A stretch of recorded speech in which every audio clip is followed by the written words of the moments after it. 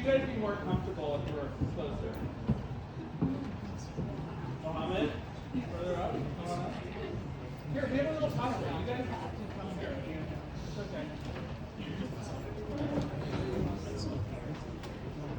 Oh no, but keep coming. Yeah. I mean, someone can sit here. You guys want? Yeah.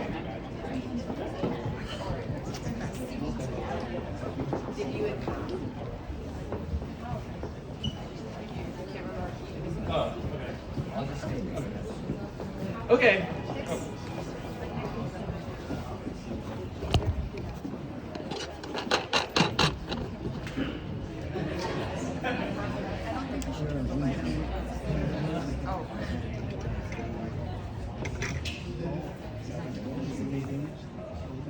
Okay.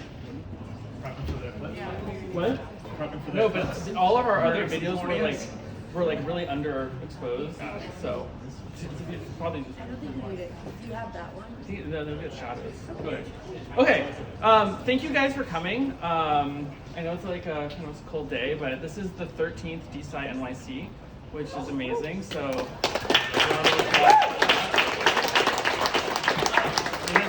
It has been a journey. I think we keep growing, which is kind of cool. I don't know if that's because DeSciNYC is growing or because interest in DeSci community is growing or New York is growing. I'm not super sure. But either way, thank you for coming. During the first couple ones, we just sort of jumped right in, and there was a lot of people here who were like, what is decentralized science? So I thought I would give like a few minute primer for those people who are here for who here is for NFT NYC week? 1, 2. Okay, actually not that many. I think all the NFT NYC people are at the some sort of ape party thing. Oh, okay. Yeah, it was in the NFT NYC. I think there's a more intellectual crowd here. Who here knows what DeSci is? DeSci? Okay, a couple more. No, but what made other people interested here? Lucid dreaming. What? Lucid dreaming? Okay, cool. Happy to provide. Cool. Okay, awesome. Well, thank you guys for coming. I will give like a little overview around why I think decentralized science is really important. So, like today, the government and controls a lot of how research is shaped. So they control the funding, they control who works at different universities. And imagine a world where instead of like the government shaping research and shaping academics and shaping funding, the academics were shaped by like the internet, and like the internet was like the biggest laboratory in the world, and it wasn't like a university which is sort of exclusive to only admit certain types of people. That's how you know we're in New York. Yeah, we're definitely in New York. So basically what's happening is like we're putting way too much trust into these large institutions, and what happens when you do it and there's that single point of failure is sort of all of that, the same ideas sort of get propagated. So the things that were being funded 30 years ago are just sort of repetitively funded over and over again. And one of the promises of decentralized science is that more people can have ideas around types of stuff that they want to see in the world, and also more people can contribute to them. So right now, like, what does science look like? It looks like things that are in an academic institution that have been funded by the government, that have people that have been admitted to PhD programs to work on that sort of research. And the promise of DeSci is that that incentives can be more broadly spread, so that anyone who wants to participate can, in the same way anyone can buy a Bitcoin and there's not sort of as much regulation on who does it, anyone can participate in a science thing in the same way without having to opt in to do all this formal paperwork before. And I think the time is now for this to happen, and like the decentralized movement is taking off, and we're very close to having this happen, which is very exciting. So, I think one other thing I really want to impress upon is the importance of incentives and how incentives work in science.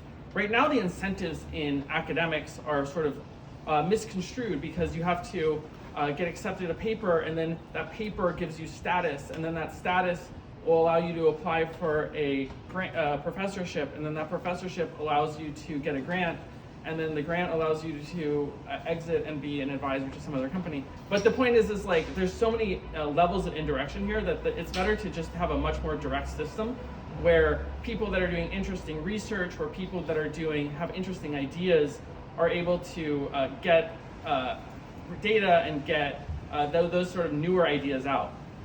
And the way to make that happen is not through trying to change academic institutions, but it's to try and think about what are the incentives models in there and how can you replicate those so that people can probably make more money pushing their ideas using a DeSci method as opposed to going to work for a university where someone makes like $180 a year.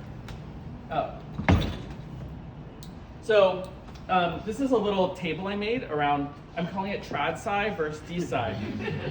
So who here knows like traditional TradSci is like TradFi and DeFi is like decentralized finance. So TradSci, we're just going to start at the top. I don't like talking about funding because basically if you're not getting money in the traditional model, it's not because the funding sucks, it's probably because you suck.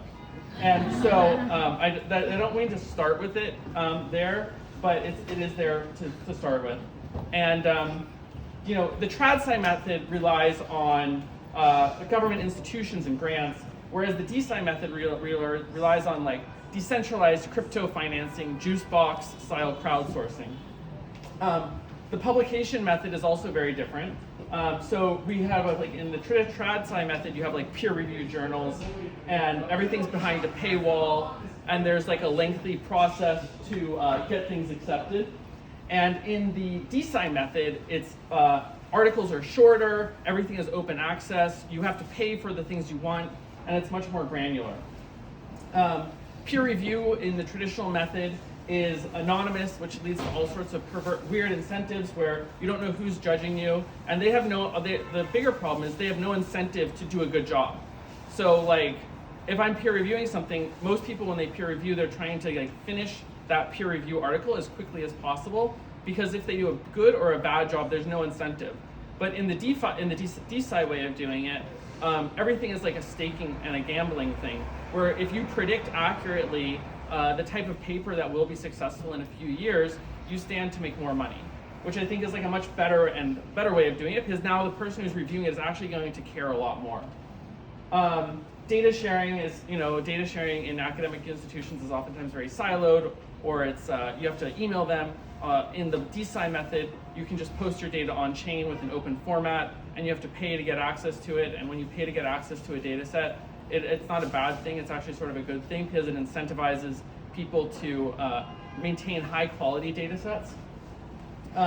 Community, this is one of the bigger ones. I think there's a lot more scientists out there in the world than we typically think of today. So today we think of a scientist as someone who's maybe at an R&D lab or at a university. But that's like sort of thinking about like programmers as people who sort of majored in computer science. But the number of programmers out there is actually probably much broader, right? There's a lot of self-taught people. There's a lot of people who are just genuinely interested in, who might have a 9-to-5, who think of themselves as scientists or programmers on the outside. And so this is like a really cool thing of trying to expand what it means to be a scientist, and also not necessarily think of a scientist as the person who does every part of the experiment, right? Like when someone participates in a clinical trial, they're actually being a scientist and participating in science, and thinking of that as thinking of science in a broader sense is something that I think is going to be very cool. You guys can swing around if you want. Our late people to the game. Wait, there's room in the back. Hello. Hey. Hello. So many people. Yeah, we're just talking around science and DeSci. Okay, so governance is another really interesting thing. Is like, how does governance work today in traditional science? It works by, the PI makes all the decisions. But you can imagine like governance can be much more community driven, and it won't be as locked in by institutional thinking when there's anyone with a token can vote. Accessibility is one, and reproducibility is another one. Right now, there is a huge reproducibility crisis in science, And I think one of the most important reasons why I'm so bullish on DeSci is not because DeSci is so powerful, but because the bar is so low for traditional science. Because like most science, if you try and replicate a paper or something like that, it can't be replicated at all. You can't get the data set. You can't reproduce the methods. So it means that you're building on top of something that's very, very hard to build on top of. Whereas in the DeSci version, you can imagine everything being in a Jupyter notebook, easily one-click reproducible. Have the AI check that it's reproducible, and so it'll make it so that you can build on top of science in a much easier way. So this is about incentives. So incentives drive progress. So if we change the incentives, we will change it. And things that are important in a DeSci project are token issuance. So each project can have its own currency, which is really cool. So you think of like a research project, not necessarily as a research project, but as a package, like a company almost. And each person that participates is a partial owner of it. So say someone contributes data to a research project. They get to own a little part of that data, a little part of the IP that's created from that project. Or say someone does analysis, or say someone promotes the project and finds people that can help. So it's thinking of a project like a company almost, and then giving everyone that participates in that company a stake in it. So they're incentivized. It's like stock options. They're incentivized to do a really good job with it. Whereas in traditional things, the people are incentivized, but you'll see a lot of instances where PIs put pressure on people to publish research, and that causes them to make up data. But if the incentives were aligned, we would hope that maybe that wouldn't be the case. Each project can have a pool of data, which will be very cool. Types of data pools that I'm very excited about are things like longevity. So right now, like longevity is so popular, right? Like everyone, who here knows who Brian Johnson is? Wow, lots and lots of people. Like right now, there's this notion that maybe it is possible to significantly extend our life past just 100 years, maybe to 150, 200, and eventually even longer. But the problem is we don't know if any of these things work, right? So we need to figure out a way to decentralize the testing of these types of things. And I think DeSci is like a really perfect place for that, where people can participate in these studies and contribute their data and then partially own whatever type of IP is created from that. Oura Ring is another one. Sleep research, heart variability, and genomic data are other ones that I would be very excited about. Data quality, you can have an exchange. So once you imagine that DeSci is a thing, you can go into a website and just participate in figuring out which type of things you want to participate in. And just like in the same way Coinbase is there, you can just like go in and pick and choose the types of DeSci projects that you're really excited about. Experiments will change. Instead of think of experiments as just a binary yes/no, you can think of them as like a prediction market, so that you could participate in like, oh, I think this experiment is actually going to work very well, or the experiment is not, and I'm willing to stake a certain amount of money on it.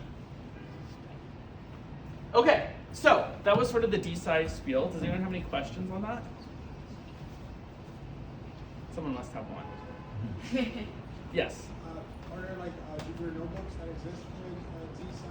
No, but that's a good idea. There should be some Jupyter notebooks that would help with that, for sure. Question. Yeah. HIPAA. I mean, HIPAA is only important if you're a covered provider.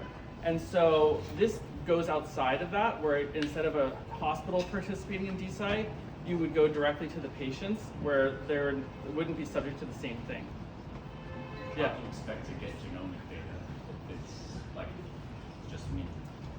I mean, in the perfect world, I've thought about it. It was like you would use something like 23andMe, but with a bit more data privacy, and you would then get your data, and then you would upload it, and then people would pay to you would have some sort of AI scan across it and look at the types of things that give a broad understanding of your genomics, and then or some sort of program, and then people would pay to access certain parts of your data. And then that would be an incentive for you to do that. Yeah. the tokens that you imagine, would they have any fundamental value or like rights to IP or revenue share? Or? I mean, this would be dependent on the project, obviously, but I think one things that would make sense are IP, governance, so you can participate in the project in certain types of ways, and presumably block things. What? And presumably block things, maybe too. Yeah, exactly. Exactly. Yeah, you can say this. We are going to allow this type of data, this type of research to go forward. This type of research to not go forward. Everything would be sort of a vote, weighted in certain types of ways, and yeah, so that'd be cool. Yeah. How do you value different people's contributions to the project? So that's like set in stone before the project is before you participate. So when you participate, someone puts up a bounty for, if you do this, you will be rewarded this much, and then based on if that price matches your expectation, you get it. So maybe someone contributing data is more or less valuable than someone contributing data analysis, but that'll just be dependent on the project. But I think what's cool is you'll know from the start of it, like, because it'll be sort of on chain or on contract, knowing for how much it is. Yeah, go ahead. Anyone else? Yeah. What about in the end, everything has to have a clinical trial? Not everything you're talking about. Yeah. There's kind of a big underground clinical trials movement. We're out of the hands of big pharma. Fire, that's gone. Yeah. Because I've already heard people on the Upper East Side, there's a lot, hundreds of laboratories. There's a lot of very well people, and they're not going to wait 10 years for it. Yeah. So I mean, with a group even like this side of the room gets the flu, they take vitamin C. Yeah. This side of the room takes flaxseed oil. Yeah. But at least you can do it on our own. We Yeah. don't depend on, these outsourcing clinical trials. Yeah. You have enough people in your posse here to Yeah. Let's do it. So I mean let's do it. I mean, yeah, and I think what's cool is now you've created an incentive model for more people to participate in it. And yeah, I agree. And if you go to other places in the world, like Bermuda or there's like Nicaragua or places, they're starting to do these sort of more advanced clinical trials. So it's a matter of time. Yeah. Can you give an example of how people are using this right now? Like, is it being used for a certain type of research? Yeah. Great, You thanks. just go to here. And there's another. If you go in the back, in the yellow bag, there's another one that looks like. Yeah. So I mean, one of the big ones, people are looking into like data sharing. So people are looking to share data sets with each other. People are looking to do a life extension. People are looking to do cognitive stuff, so for like brain development. I think one of the issues that is a little bit disappointing at the moment is a lot of these are funding things. So they're just doing the funding. They're not doing so much on-chain research. And I think the real promise of this the funding is okay, but the real promise in DeSci lies with building a community and participating in research in a decentralized way, and not just like crowdsourcing money and then yeah. Right. Yeah. To have like high fidelity clinical trials work that you're doing, like let's say that you're getting blood drawn, you'll go and you'll do it at an institution where they're monitoring you and they're doing things to hold things constant. Yeah. If you have everybody really doing it in a distributed system, how do you actually make sure that things are held constant so that you have like high quality data? Yeah, it just changes the data set, so it changes the variance on it, and that's just a new factor that you hope that because even if there's higher variance, it'll be okay because there's a larger data set. Yeah. So unfortunately in the past we've seen where networks and systems that were supposed to be designed as decentralized that due to potentially poorly thought outness and human nature ended up becoming, while still a decentralized network and system, have centralized powers over time. What could we put into the sort of systems to make sure we don't end up with a technically decentralized network but end up accidentally centralizing like all of our data or the hierarchy of what gets approved? Yeah, I mean, I think randomness is a better way of doing that. So like, I think you're describing as like the failure of markets, which is basically like a monopoly, and that happens when there's just one or two institutions doing something, and but if you have like enough competition, that doesn't really become an issue. And so I think you would just hope that if there's more people doing it, it's not as big of a deal. Anyone else? I have one question. Oh yeah. With this marketplace, token holders would be active participants and potentially speculators. Yeah. How do you prevent against the latter warping the market? Speculators? Yeah. Well, I mean, it's like the stock market. Like, I don't remember, there's that saying, like, in the short term it does something, but over the long term it's like a weighing mechanism. And I think it's the same thing, like, even over the long term you'd expect for the truth to come out in the market and for the speculation to just be noise. Right, but more recent examples in crypto, for example, speculation, I feel like, has been playing a larger role, especially with this meme coin Yeah. phase. How do you insulate DeSci against that? I don't think that that's necessarily a bad thing because I think it generates excitement. But look what happens with meme coins. They go up very quickly and then they go down very quickly.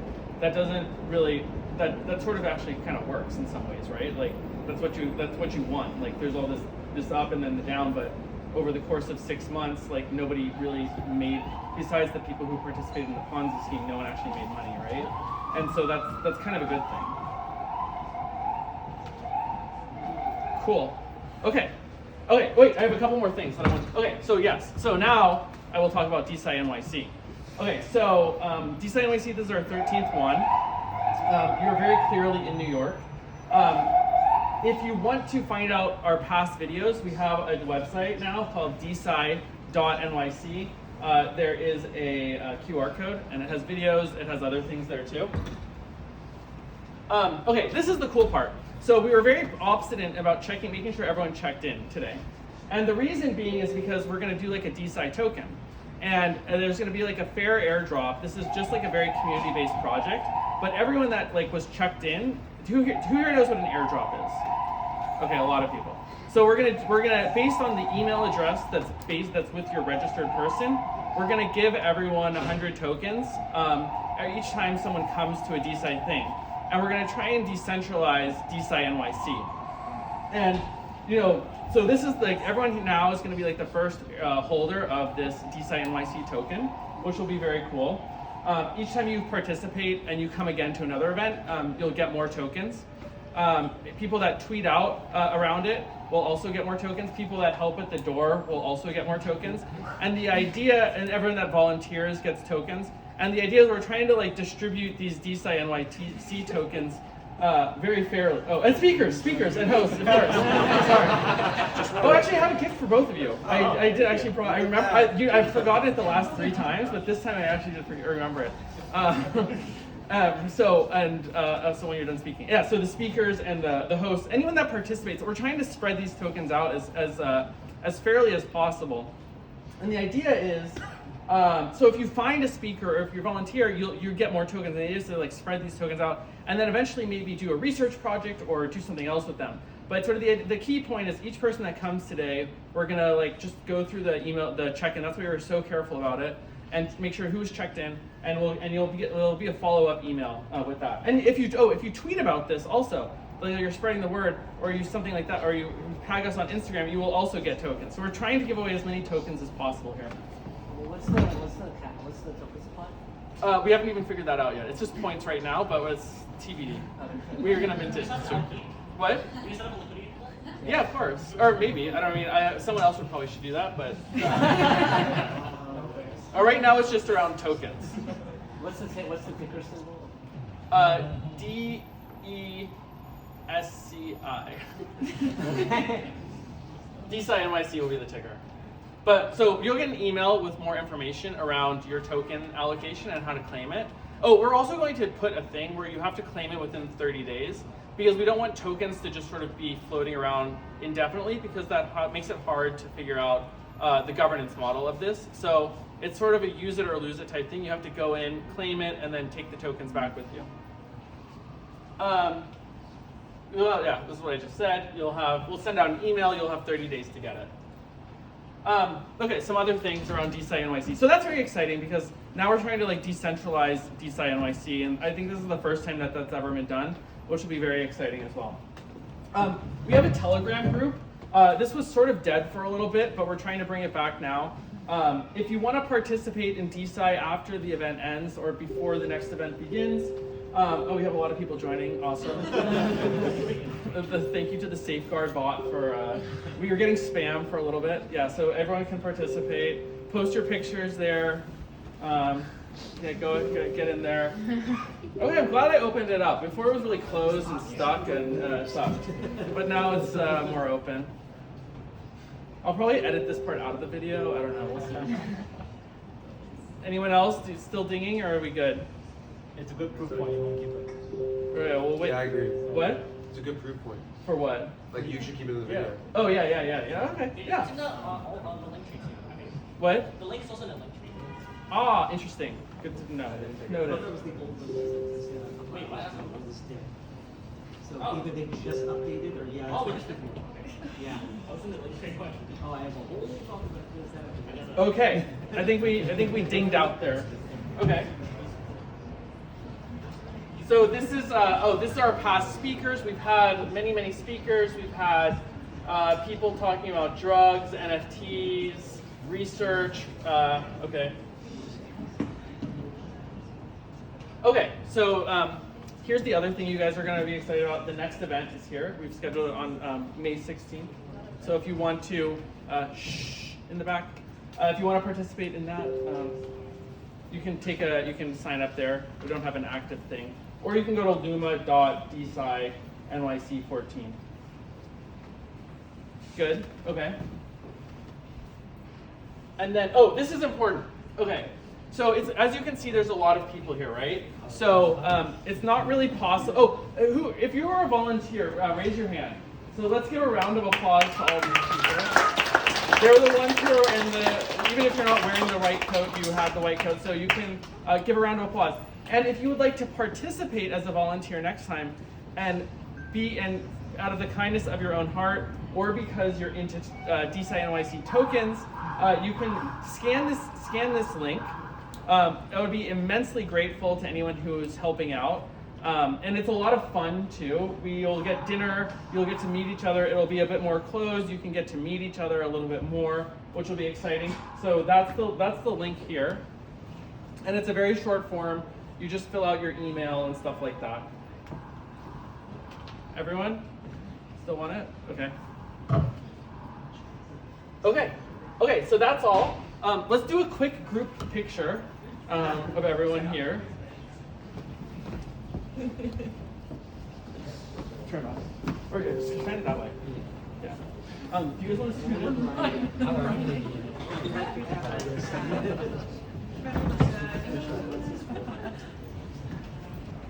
Get in there. If you can't see the camera can't see you.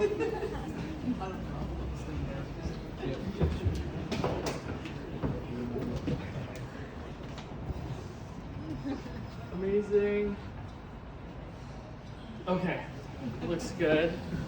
Okay, and now, without further ado, we want to let's give our speaker a big round of applause. Oh, yeah. Oh, wait, before we have another token holder. Thank you to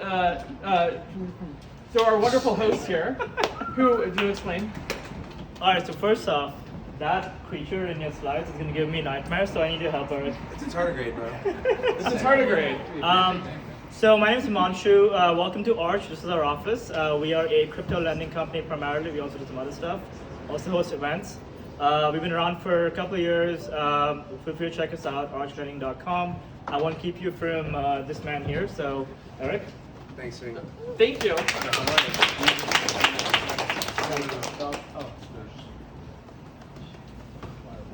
Where's the remote? Is there a remote here? Randy? Who's sitting on the remote? Oh, it's you. Oh, a final ask for people.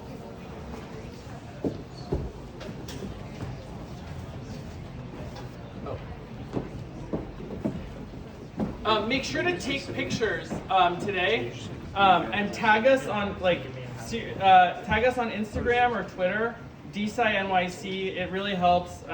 We'll retweet you. It'll be amazing. But you actually have to do it because sometimes I feel like I have to like nudge people a few times, but take out your phone, like actually do it. Yes, pull it out. I'm gonna be annoying about it, and it'll help bring more people, and it'll make it a more fun event for everyone here. So it's a collective thing. We all participate. We all do our part. It's not that big of an ask. Come on, and take a picture of the surroundings, whatever. And tag us on Instagram or Twitter, DeSciNYC. Tell me after that you did it, or raise your hand if you did it now. Did you do it? Did you actually do it? It's like, this isn't like when the dentist asks you if you floss. This is like an important question, not like a flossing question. Okay, I'm gonna annoy you again later. So you'll have to. You did it? I will. You will do. No, it's not now. When you have to do it now. Okay. Okay, without further ado, Eric.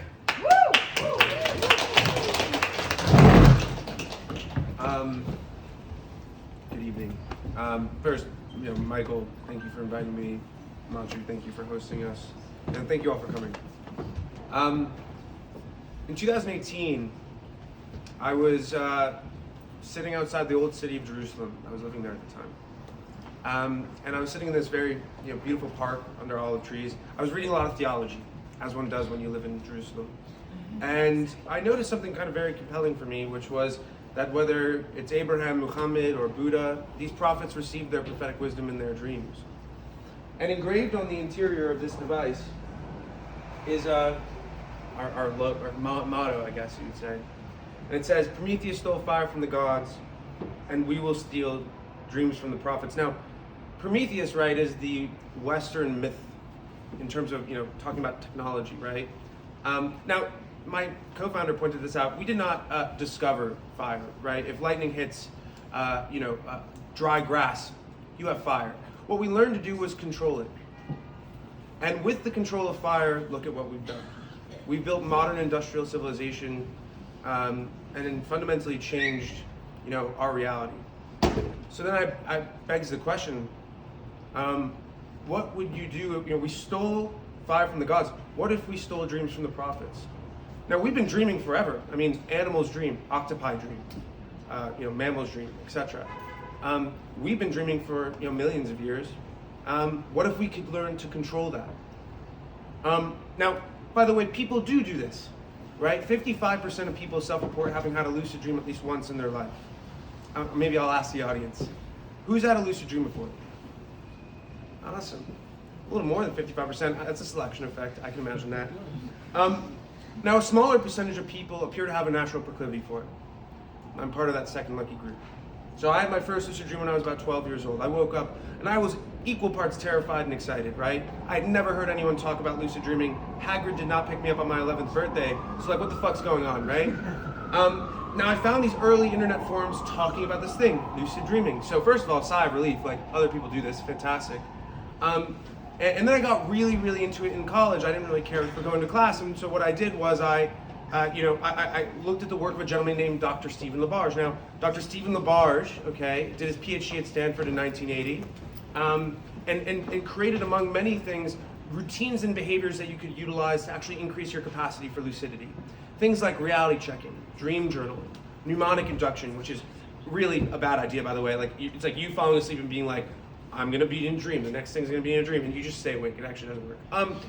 But I did get myself to a point where I was having kind of 2 lucid dreams a week at my absolute zenith.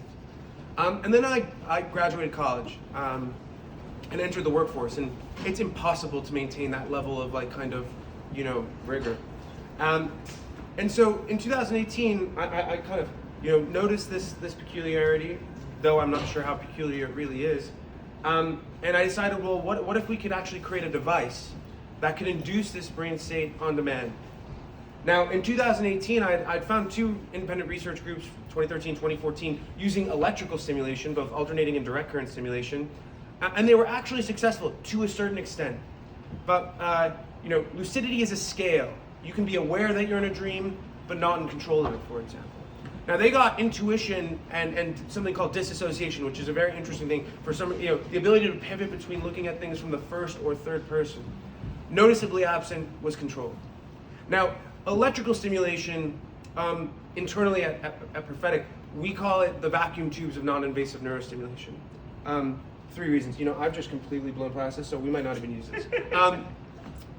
Besides, you guys probably, you're good without slides. Now, electrical stimulation, 3 core reasons why it's a very limited technology, okay? First is depth. Your skull was evolved to keep shit away from your brain. So getting electricity past your skull is quite difficult. Now, should you achieve this, what happens is a phenomenon simply called spread. It spreads across the surface of it, which means that you don't have precision and you don't have the ability to steer it.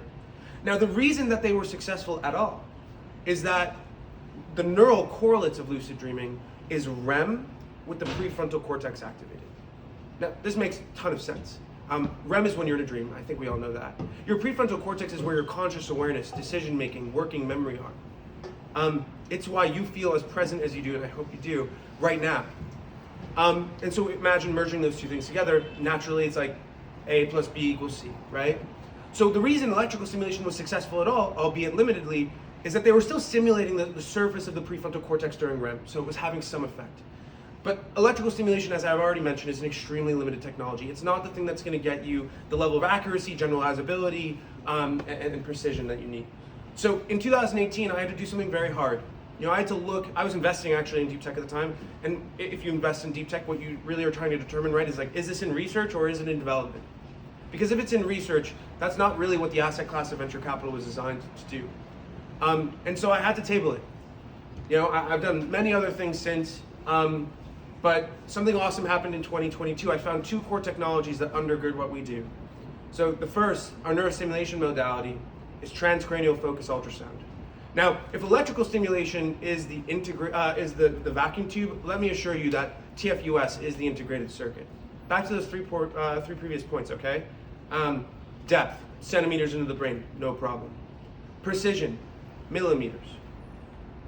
You're going from no precision to millimeters. That's a paradigm shift. And then 3, and perhaps just as important as the precision, is the ability to steer it in 3 dimensions. Your brain fires in 3-dimensional neural firing patterns, right? So you want something that can do that. So I found TFUS being used by a gentleman named Dr. Jason Guetti at the University of Arizona. He was using it to induce deep meditative states. Whether you had ever meditated a day in your life, drop you into a meditative state. That might take somebody a decade of practice to achieve. Now this caught my eye. I was super excited. And I also found that it was being used for focus, positive mood. It's being looked at for addiction, Alzheimer's, inoperable brain tumors. If you increase the frequency, it's being used to ablate inoperable brain tumors. And actually very, very cool, this is not really related at all, but like to my company, but a couple of months ago, they published a paper where they took somebody who was quote unquote minimally conscious and buzzed their brain with TFUS. 8 days after that, they were walking. We built the modern, technological era on the integrated circuit. If TFUS is the integrated circuit for non-invasive neurostimulation, think about the world that we are going to build, because what we're talking about is not interfacing with electrons and a screen. We're talking about something that's inducing conscious experience. And everything from the cave paintings, in Spain, to Alexander weeping, because he had no more worlds to conquer, to what we're experiencing right now was a conscious experience. So the profundity of this is non-trivial. Core technology number 2, a neural transformer. Now, to understand the importance of this, let me explain how TFUS, which has been utilized for neuromodulation since 2004, let me explain how it's being used in the state of the art. What they do is they take an fMRI, probably many, and they look for the areas of statistical significance, something called ROIs. And a brain state has many areas of statistical significance, but what they do is they use some very statistical mechanics, and maybe something that I really doubt any of us, especially people who work in ML, would call ML. And they look at the area of the most statistical significance, and then they take a single element transducer or a multi-element transducer. Let me explain that really quickly. An ultrasound transducer is a ceramic with a piezoelectric piece of material, or crystal. When you run electricity through that, it oscillates, creating the ultrasonic wave. So they take either a single element transducer or a multi-element transducer, really acting as a single element transducer, and pulse it at that area of most statistical significance for 2 minutes, 5 minutes, 10 minutes, 20 minutes, etc. And this is kind of akin, and by the way, it's had extraordinary success. Like it's already done amazing things. But it's like playing one note on one instrument and expecting a song. Now, the neural transformer opens up a very, very different world for this technology. And the importance of this is that, first of all, neuroimaging data is very unique. Now, we use both EEG and fMRI data. It's a multimodal neural transformer that we built. If you look at fMRI, it's enormous and very unique spatial data. EEG is unique in the context of its temporality. So it's very unique data, and then it's insanely information dense. Okay, the frame rate, or the sampling rate, I should say, of fMRI is 2.1 seconds. So every 2.1 seconds, you're getting an inordinate amount of spatial data about this brain state. And we use simultaneous EEG fMRI data, which means in 2.1 seconds, you take 2,100 samples of EEG. It's insanely information dense. Now, this is a very good thing for us for building very accurate models with less data than, let's say, an LLM, but it required an architecture that could really do anything interesting with this. So, okay, how do we put these two core technologies, together? Okay, so this is the Halo. We designed this first of all with Card79. They designed Neuralink for Elon. When Max Hodak left Neuralink, actually we are gonna have to probably cut that out. I'm not sure that's public. I'm gonna pause right there. But anyway, they worked in Neuralink, and so we couldn't ask for a better partner. They don't normally work with companies as young as us, but they were really excited about what we were doing, so we're really appreciative. And so, okay, headband, 4 channels of EEG, this will go up, but right now it's 4 channels of EEG, 2 ultrasound transducers placed temporally. Okay, temporality is really important. It's the thinnest part of your skull. It allows us to do cross-beam stimulation to cover the full prefrontal cortex, which is our target region. And it'll also be a way in which we calibrate this that I can't talk about. But, okay, so how does this work? What's your name? Andre. Andre? Yeah. Okay. Andre, right? Okay, cool. So Andre goes to sleep. He puts this on. And I'd give it to you. You can put it on. It's fine. And you go to sleep. The first thing that is important to note is the EEG on the headband. That is the thing that is prompting the neural transformer. It is prompting the neural transformer with your current brain state, right? So the first thing it's looking for is Andre in REM? Once Andre is in REM, the model triggers the TFUS. It sends out the first pulse of TFUS. And then what the model's looking for is the EEG signature of lucidity. Gamma frequency spikes during REM. So it basically goes, is Andre in REM? Is he in REM? Is he in REM? Oh shit, he's in REM? Is he lucid? Is he lucid? Okay, he's lucid. Let's keep him lucid. Let's keep him lucid. He's not in REM anymore? Let's turn it off. That's how this works. We showcased, by the way, about 2 months ago, our first neural transformer model, Morpheus-1, the world's first multimodal neural transformer. We've done a lot of things. If you're on Twitter, you can follow our Twitter. One of the key things that I really believe in when you're doing something as audacious as this, and I'm not, I know this is fucking crazy. But what you do is you have to show your work. And so if you follow us on Twitter, really that's the only place we post. I don't even have an Instagram. We every week you'll see us making kind of headway, doing something new, etc., whatever. But one thing that I will say that I'm very excited by is about next week, maybe if some things get held up in customs, the week after, we will start neurostimulation. 3 core experiences that are going to be on this device when it launches: focus and positive mood. These are already things that have been done with TFUS. We're just replicating them. And then 3, of course, is lucid dreaming. So I don't want to I really want to hear your questions and your thoughts, but I really want to leave you with this, which is I can't actually really impress upon you further how profound this is. Maybe you think so already, but this is here, inevitable. My company may fail. Many companies fail. Most companies fail. But TFUS and neural transformers, those are just beginning. This is the worst neural transformers will ever be. Just imagine, we talk about DeSci, okay? Neuroimaging data is extremely hard to come by. It's costly to aggregate. We do reinforcement learning on the headband with the EEG. It's also how we kind of personalize the model to you over time, etc. But it also allows us to aggregate insane quantities of EEG data, which isn't great. But actually, because it's paired with the perturbational TFUS, it's actually something much more akin to almost synthetic fMRI. And so, we're gonna be releasing a piece, hopefully, by the end of the month or next month, that really talks about the vision of where this technology is going and the role we aim to play. I'll tease it for you here. When is this coming out? Tomorrow. Shit. Okay. Well, you can keep it in. I don't really care. It's fine. Everyone right now is very afraid of this, this concept of the AI takeoff scenario, right?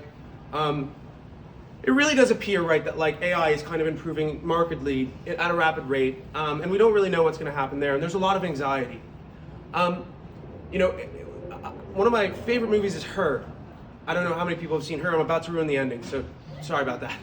At the end of Her, the OS, played by Scarlett Johansson and Theodore, she tells him that she's leaving. And he's like, well, where are you going? Now you have to understand, they've been experiencing an AI takeoff scenario in that movie, right? She's getting more and more intelligent. She's doing non-verbal, non-symbolic communication, etc., whatever. And then eventually she's like, listen, like, your world is very slow. And so we're leaving. And he says, where are you going? And she says, it'd be hard to explain. But if you ever get there, come find me. Nothing will ever, take us apart. He seems to like accept this at the end of the movie and so on, but I was obsessed by this. Like, where the fuck did she go? I want to go, and you kind of think about the anxiety here. It's like, I don't know if you guys have dogs or whatever, but like, when you leave a dog in their apartment and you're going out and it's looking at you with extraordinary pain, right? It's like, where the fuck are you going? Are you going to come back, etc.? That I think is a very analogous thing to what we feel in this context with AI. Not only, right, like we thought we were the gods, right, now? But we're afraid we're the dogs, That's lame. I'm sorry about that. But what I offer you is an alternative to this. What I offer you is a qualia takeoff scenario. Now think about this. Any one of our ancestors 500 years ago had a very small life relative to us. The number of conscious experiences that they would have compared to us are just trivial. This is why stained glass windows were very popular in Gothic Europe, right? A stained glass window is like the most psychedelic shit those people ever saw, right? It's no, I mean, a good idea, right, to associate it with God if you're the church. Now, over time, we already are on a qualia takeoff scenario, right? Radio, synthetic hearing or kind of noise generation, television, okay, screens. Okay, then you have, the internet. Now you have Gen AI. And now we have this. And I think the thing that I'm most interested in and so on and most kind of compelled by is to make sure that we can have a qualia takeoff scenario alongside this AI takeoff scenario. It's gonna be fucking weird. I'm not gonna lie to you. Like, I genuinely, like, I'd be lying to you if there wasn't like some level of like concern or like kind of like fear that I have. Like, even as a person like who's like envisioned this and is working with a team, of course, to build. This is just non-fucking trivial, but it's here. And so you can't, in the same way, kind of run away from AI, like you can't run away from this. And so what I kind of hope for us is that, we increasingly have more and more, variable and interesting conscious experiences, when the AI takes all of our jobs or shit like that, like maybe that's what we do. We just like experience new things and novel things together. And hopefully we find where Samantha went. All right, I'll stop you. Okay, Thank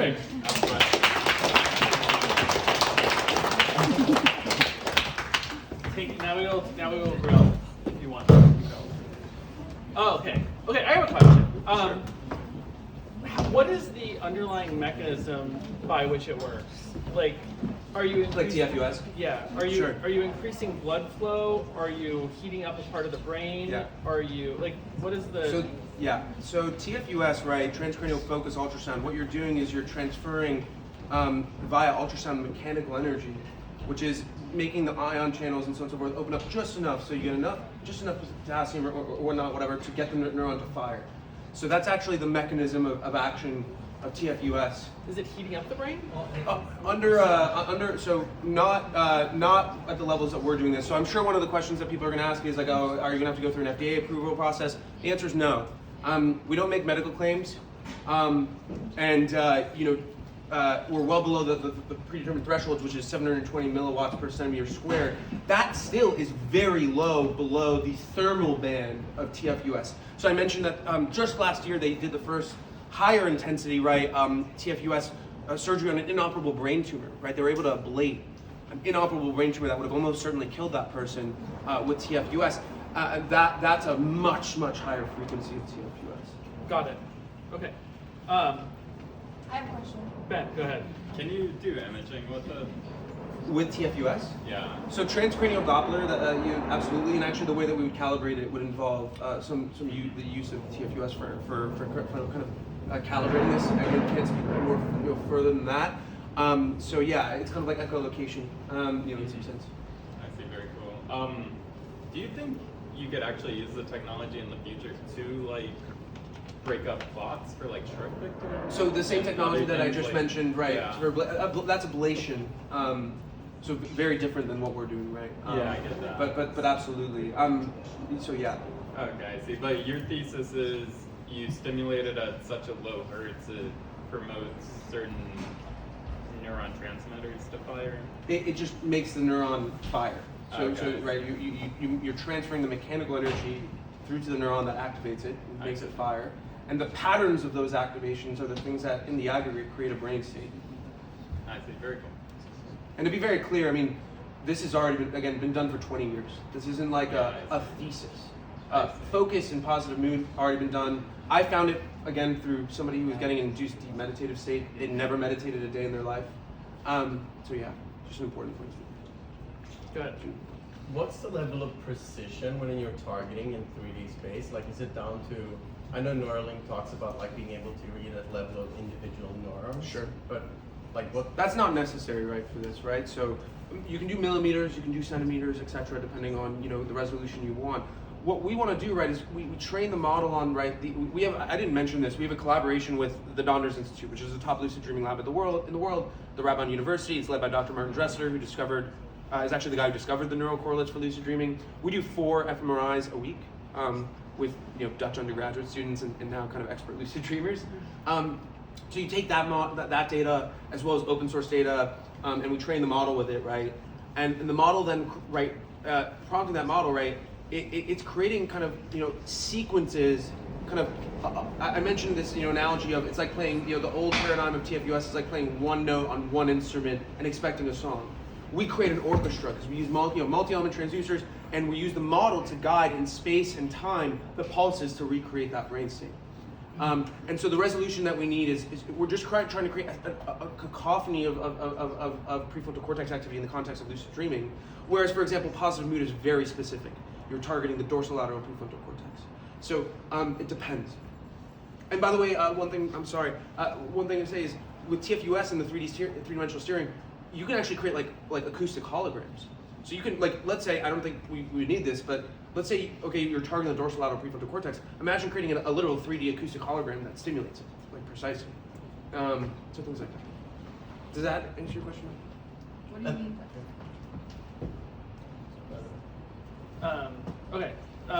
Okay, next person, who's tweeted about us? Has anyone tweeted? Seriously, What? Okay, do you want to go? Yeah, just a simple question for those of us who maybe haven't had one. Sure. Can you define a lucid dream? That would be probably a good idea, right? A regular. By the way, Himanshu, give this. Sure. So, okay, a regular dream, right? REM. Your prefrontal cortex is not active.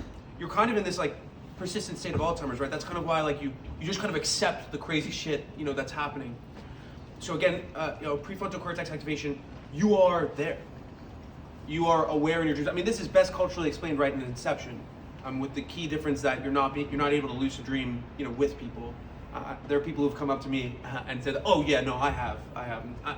I'm open. I will keep an open mind, but I doubt it as of now." And so what I'm describing is, so you're aware in your dream. Imagine how consciously you are right now, that in your dream, and what the limiting factor to that experience is what you imagine. Because what you imagine becomes. Well, maybe let me actually explain a couple of things of like the uses of this, right? That'd probably be also helpful. Thank you for the question. But so, there are 3 kind of core use cases.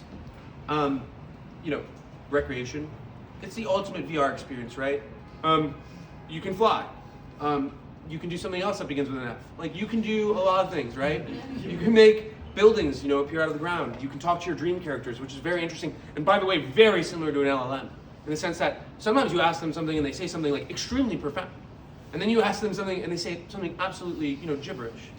The second is productive. I mean, we have investors who code in their lucid dreams, run the code in the morning, The guy who designed the first render of our hardware is a fashion and hardware designer that designs in his dreams. The history of dreaming and discovery is quite long, right? Erwin Schrödinger did his physics in his dreams. Salvador Dali painted in his dreams. The structure of the benzene molecule was discovered in a dream, Kukla's dream, famously called. It's a snake eating its tail. The benzene molecule is a circle ring of carbon atoms. It's actually an opium. Okay, there we go. Thank you for keeping me honest, dog. And Srivasan Ramanujan is probably my favorite example, right? He sends a book of an infinite series to G.E. Hardy, and they invite him over to England, and they're like, this is unbelievable, like, where are the proofs? And he says, oh no, like, there are no proofs, like, you know, Shiva gave them to me in my dreams. So the history of that is very long. And then the third thing is metaphysical. When asked, you know, why I like love lucid dreaming and what it's been for me, it's actually less about the experience itself, which is incredible. It's about how it re-enchants the waking world. And if I had to kind of look around at society and broadly say, like, what the fuck is wrong, because obviously something is, it's that, you know, through secularization and a variety of other things, we've disenchanted our world. But our world is extremely interesting and actually very enchanting, and I think, you know, lucid dreaming is something that's really powerful for that. I'll give you a concrete example on the metaphysical side. If you go to the subreddit for lucid dreaming, it's one of the largest subreddits in the world, you'll see what people are doing. There's over 500,000 people. And I found this guy, and it was really stuck with me. You know, he had a bad relationship with his father died. He never had to have the conversation, he never got to have the conversation that he wished he fucking had with his dad. And so, in a lucid dream, he had that conversation. Because when you know somebody very well and you have them as a dream character, you have a mental representation of how they would respond to things. Probably not perfect, but it's close. That's really fucking incredible. So those are the use cases, I guess. But there's probably many more. There was a question here. Sure. Oh, yeah. It was a complex question. Did you? Yeah, so is this primarily, like, can this be used to help sleep?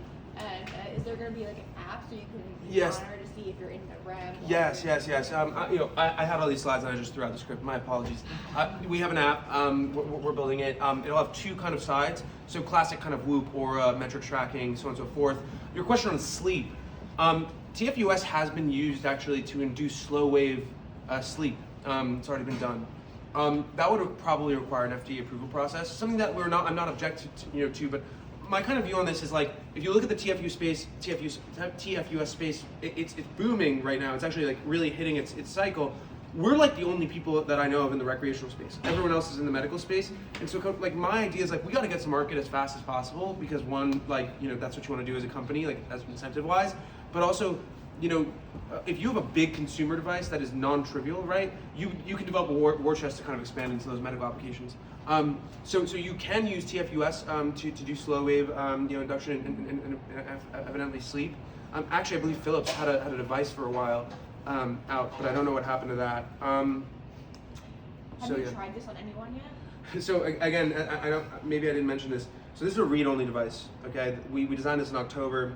We had to build our model, which we just showcased again, like about 2 months ago.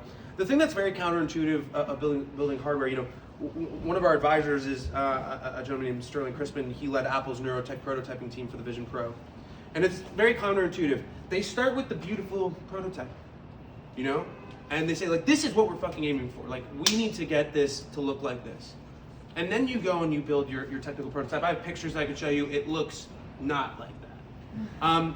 But you know, you got to do it. It's cheaper and so on and so forth. And then you basically do your work of validation, right, of the 3 core experiences, and then you merge those devices. You say, okay, we got this. We have to make it look like this. How do we do that? So there'll probably be another process by which we take that technical prototype. Like, for example, I can tell you for sure the totem's going to be bigger. Probably be like the size of a book. There's a lot more of things like a waveform generator and so on and so forth, things like that. So yeah, more work to do for sure. We are starting neurostimulation next week.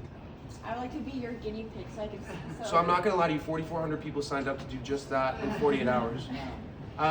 But you live in New York, and so if you have a CT scan, I mean, I'm happy to slide. I do. I'm a practitioner, so. Perfect. You're a perfect type of person. Okay. Getting a CT scan is a bitch in New York, man. Like, we had to like lie. I shouldn't say that. Okay. All right, next question. All right. Real quick, first of all, this is a fascinating subject. Oh, I'm sorry, I couldn't see you. Okay.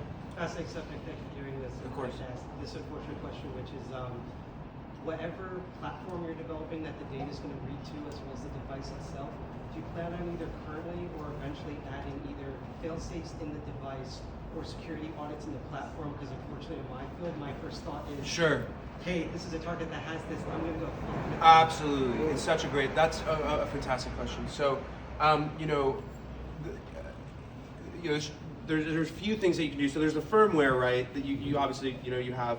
Also, you can through your transducer design basically limit the threshold, like de facto on the hardware, so that the lens you're incapable of getting it below above, let's say 720, which is again the threshold for the FDA. Now, let's say you wanted to go and do medical applications with it as well, and so it's like higher things. Again, you just limit it so that it's impossible for the lens to create the beam within the thermal band of ultrasound.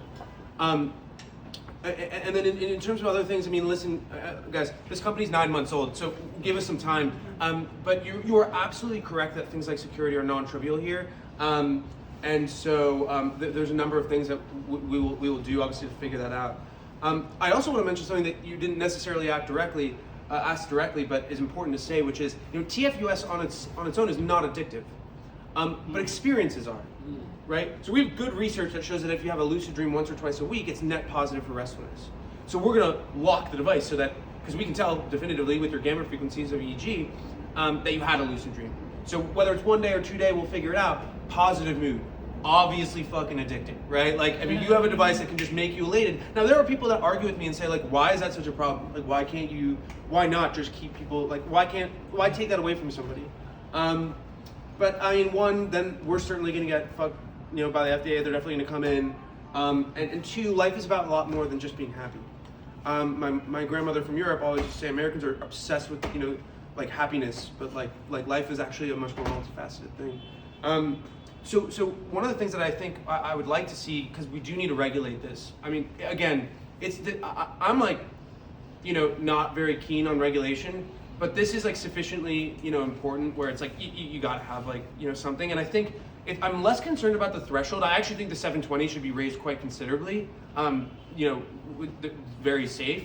But I think it needs to be regulated around the experience itself, right? Like, because focus. Not fucking worried about that, right? Like, it's better than Adderall, like, for you. So depending on that, you didn't ask that question, but just want to add that in there. That's great. How many more questions are there, just to get a sense? Okay, so we'll just keep that in mind. Maybe answer it slightly. Okay, go ahead. Yeah. Sorry. This might be a kind of.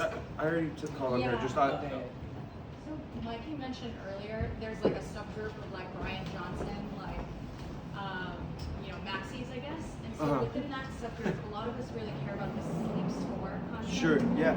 I have an 8 sleep. I completely agree. Yeah, I'm curious from the perspective of like, is there some sort of trilemma or like, what happens when we have more allocation of our sleep to lucid dream? Does that impact REM? Sure. Does that impact further like our sleep score? Sure. As I just mentioned, there's good research that shows that lucid dreaming once or twice a week is net positive for restfulness. So again, that's why that'll guide us where we're going to rate limit it, in a week. We also, again, to give you the sequence of events when you're wearing the headband in the context of lucid dreaming, is it's looking for REM, you enter REM, it sends the pulse, it's looking for the gamma frequencies, it's like, are you lucid? Okay, you're lucid, it keeps you lucid, and then you exit REM, and then it turns off. There will be some lasting effect of the ultrasound for a little bit, but the idea is obviously to allow you to just continue with your regular, sleep cycle, right? Where you continue, and then you'll have REM cycles that aren't lucid, again, that's the research as of right now, once or twice a week. That's what's going to guide us. And so, yeah, I'll be honest, I'm not even as worried about restfulness as I am worried about somebody losing their mind, right? I mean, if you drop acid every day, what do you think is going to fucking happen? Yeah. And so I think if you had a technologically induced lucid dream every single day of the week for a month, I don't want to meet them. I don't know that for a fact, but anyway. Oh, wait, one last thing. Who has tweeted? I'm going to be annoying for a second. I hooked up on LinkedIn, and then no one else did it. Everyone else, we've only had one tweet so far, which is terrible for this number of people. What? No, tweet now. Otherwise, you're not going to do it later. You have to do it now. I'm going to be a little bit of annoying, so take out your phone and actually do it. because it helps the community. Did you do it? I'm about to. Oh, let's do someone in the back then. Someone in the back. Go ahead. Go ahead. You can go. Yeah, so I guess my question is talking about experiences that happen in dreaming.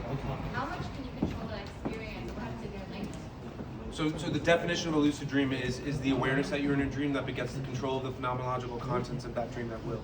So if you're having a nightmare, it's because you're a sadomasochist and want to have a nightmare. Go ahead. All right, in the back. So presumably you have like a huge parameter space to explore. Can you speak up? I can't hear you. Presumably you have like a huge parameter space to explore. Yeah. So what's the evidence on the region you have to hit to actually produce? So again, the neural correlates so the way that you do neurosimulation, regardless of the medium, right, is you have to understand at a minimum the neural correlates of a given brain state. And moreover, it needs to be a discrete universal brain state. Discrete as in it is one thing and not another. I'll give you a counterpoint. Unfortunately, flow states are not discrete, right? You could be a surfer and enter flow and it's your motor cortex. You could be a chess player and enter flow and it's your spatial reasoning. So it'd be much harder, one, to create a model of it, and then also to simulate it. Universal simply means, right, that all of our brains look the same in that experience. Now you mentioned something about the parameter space, which is very important. You're absolutely right. So we pre-train the model, right? And what you can think about that is it's creating like this vector space of hopefully successful potential patterns of neurosimulation, sequences of neurosimulation. But it's unclear, right? Maybe you're in some part of that vector space and I'm over here. So we think we can get pretty good generalizability out of the box, but to make it improve over time, the EEG and the headband does reinforcement learning. So we can zone in, kind of get into finding where you are in that broader vector space. It's very similar, right? Like when you open TikTok for the first time, don't do that. And no, I don't give a shit. And it doesn't know you, and then you start using it, and it learns about you. So this is reinforcement. My question is like, how big is that region? Like where you are and I am. Like how big is that? That's not a really answerable question, I don't think, right now. I mean, it's unclear what you would, like the units of vector space that you would use to describe that. Well, in relation to how fast you can explore, like is my question, with the device. Like, do you have evidence that with 3 sweeps in one night, you can hit like the sweet spot for me differently from you, or will it take years for the thing to train? Oh, I see, okay. Well, I guess this is what I'll say. No, that's fine. Okay, so for example, focus and positive mood. Like we already have the values, the research has been done, we're just replicating it. Focus and lucidity are extremely similar, right? Focus is increased activity in the prefrontal cortex while you're awake. Lucidity is the prefrontal cortex activity increasing during REM. So we have a lot of reason to believe that in quite quick succession, certainly focus and positive mood, but again, like the key difference is like we just need to go to sleep with it, have the EEG, like understand the REM and send out pulses. But yeah.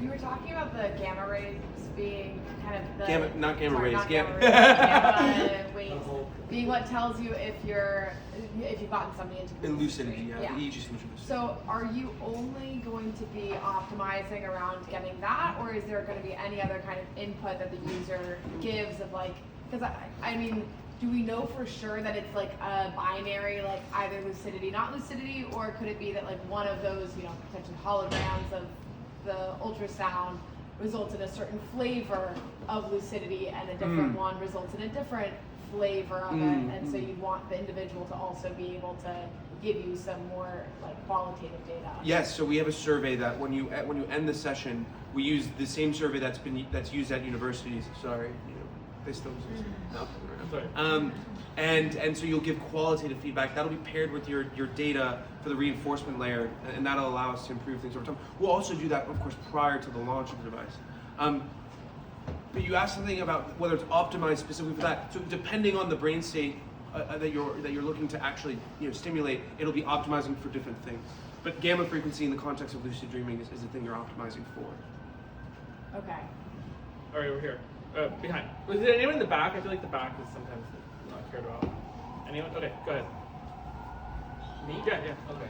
I was going to ask, what's the infrastructure looking like? Like, how much processing is done on the device, and do you use the cloud at all? I'm assuming. Yeah. So we do some Yeah. So the EEG processing is done on through this NeuroSky chip. It's about $9 a chip. Yeah, make it bigger, right?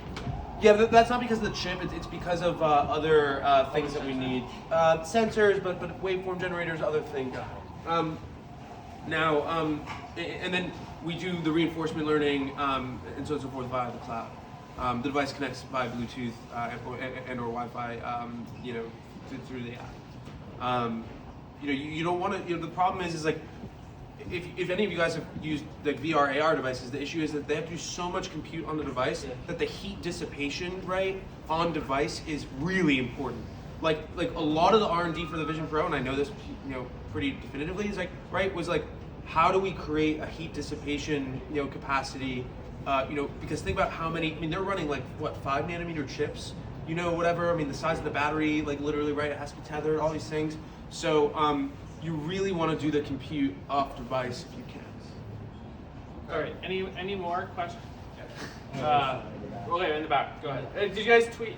I'm in the middle of tweet. It so helps us so much. I'm sorry to be annoying, but if you want more people to be here next time and for it to be a better crowd for you, you have to. I thought you guys were great. You have to keep the growth up. Otherwise, it dies unless there's pedal to the metal. Okay, so tweet. It makes it better for everyone. I promise. Yeah, in the back. Go ahead. One of the concerns of people who lucid dreams is sleep paralysis. Is that anything you guys have worked on, looking into? Yeah.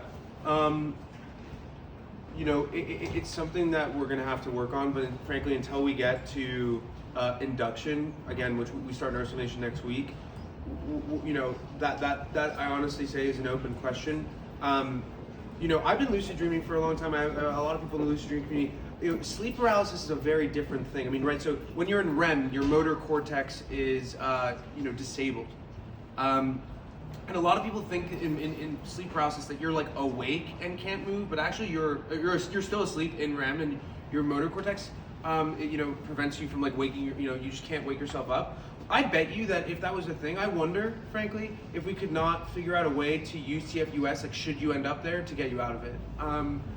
In the sense that you would just really blast somebody's prefrontal cortex and wake them up.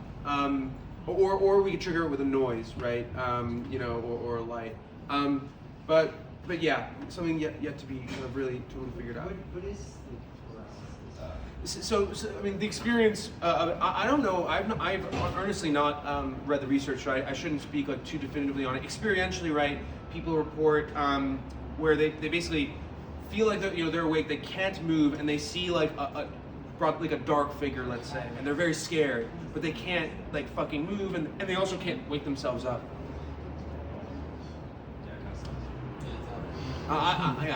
You have sleep paralysis? Yeah. All right, awesome stuff. Thank you so much for making the time, Harry. I'm Mohammed, by the way, freshman at Amberwood Aeronautical University, and I'm also working on developing a space shield with melanin.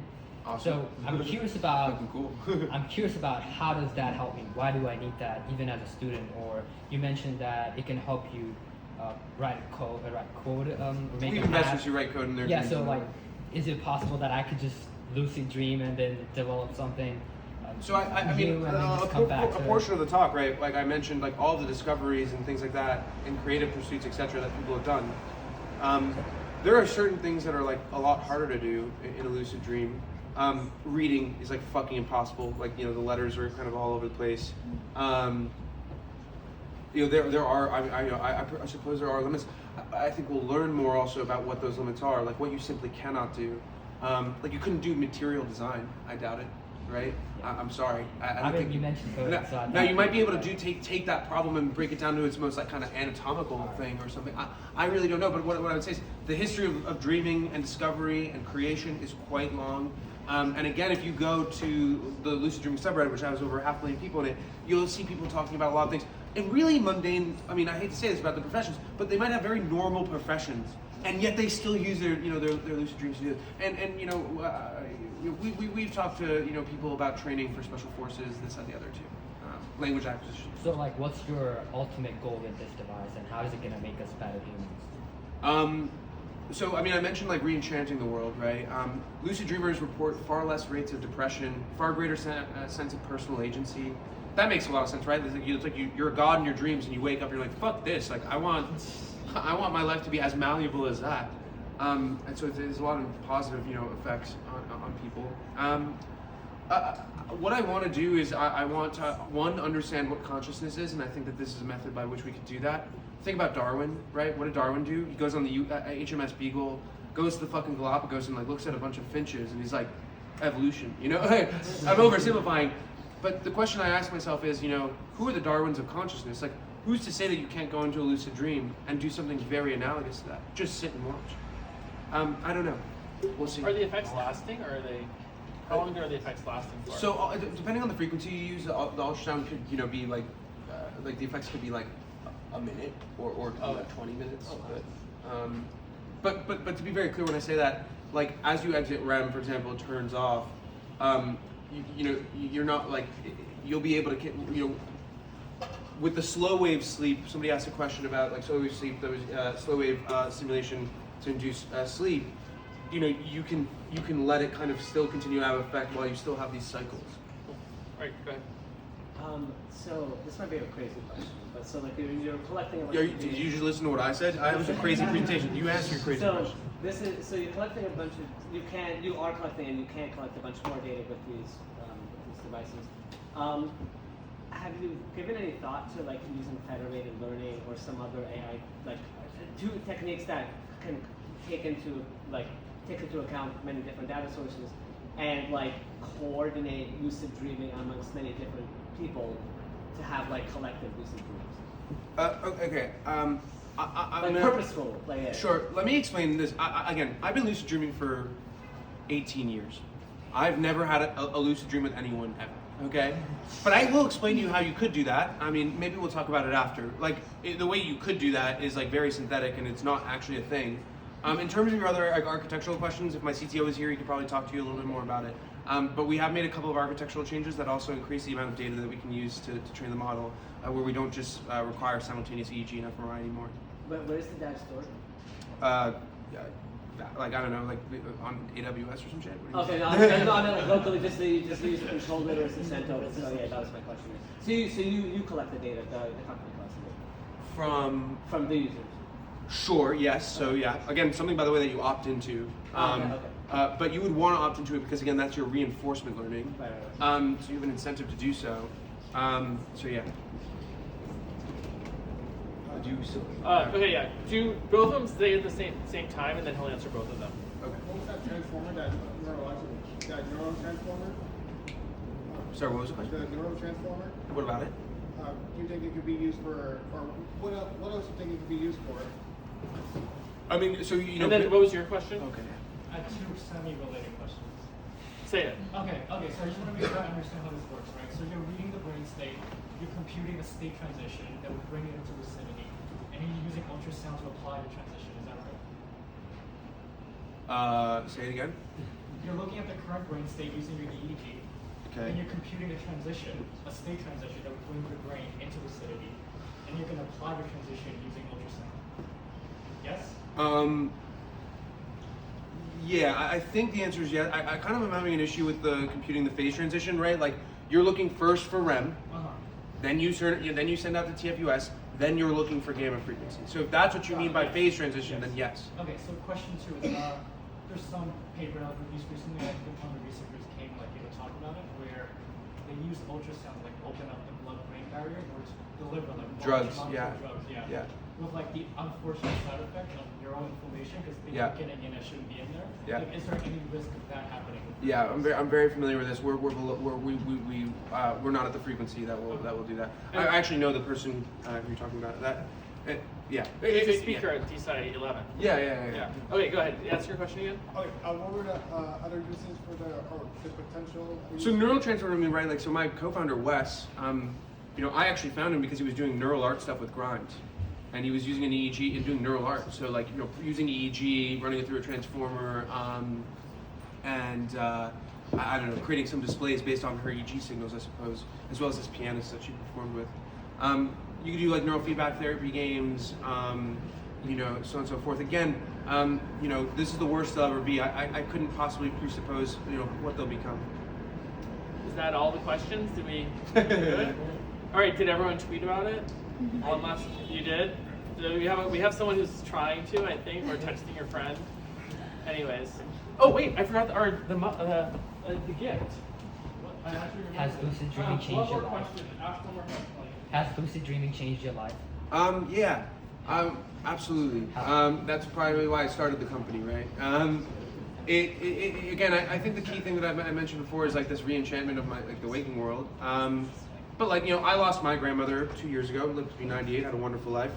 What do you think the first thing I did was when I had a lucid dream? I went and talked to my grandma. That's a really powerful thing. I'm grateful for that. And some of the most profound spiritual experiences I've ever had have been in a lucid dream. So yeah. Awesome.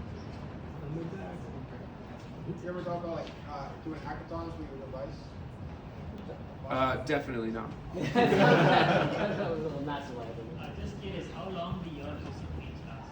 Sure. So a REM cycle is 20 minutes. So that's the maximum. One thing Inception did get right, is that there is an experience of time dilation. So it varies. Do you discount disorders as part of what the state is for? Say again? Do you discount disorders as part of a highly saving score? Discount disorders. Take a sample of people say schizophrenia and then discount. Sure. Definitely one of the things that you're gonna have to fill out on the onboarding process is whether or not you have epilepsy, this, that, the other, and that you're assuming the risk of that. Amazing. Well, let's give our speaker a round of applause. And we have a DeSciNYC speaker mug for you. And where's Himanshu? Are you guys come get a DeSciNYC? This is sick. Speaker mug, and it has DeSciNYC sort of painted on. And we had to get these custom made, and it was not trivial. That's cool. Thank you very much. Thank you so much. Yes, of course. So thank you guys all for coming. Feel free to converse. Take a slice of pizza. Send me feedback. Oh, the other thing is for real, these aren't going to happen unless we get more volunteers. So make sure, make sure to volunteer for the thing if you possibly can, because it really helps out making things work. Okay, thank you guys.